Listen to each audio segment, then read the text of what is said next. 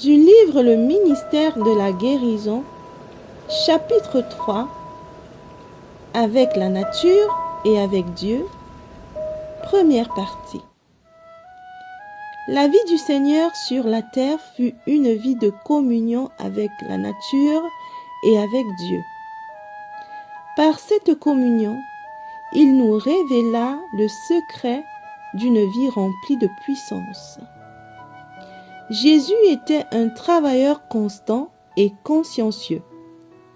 Il n'y eut jamais parmi les hommes un être ayant autant de responsabilités.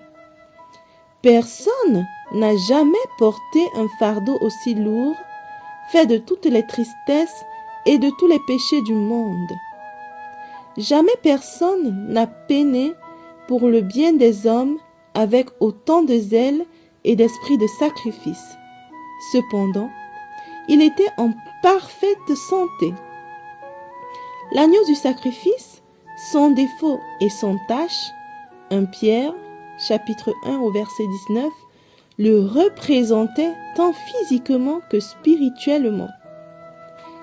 Il démontrait dans son corps comme dans son âme ce que Dieu avait projeté, que soit toute l'humanité par l'obéissance à ses lois.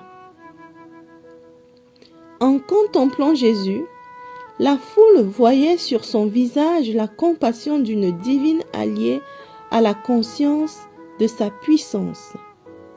Il semblait être enveloppé d'une atmosphère de vie spirituelle.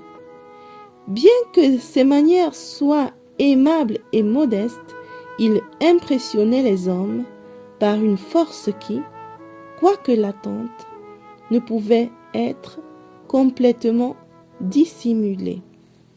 Des hommes hypocrites et sournois qui en voulaient à la vie de Jésus le poursuivirent continuellement pendant son ministère.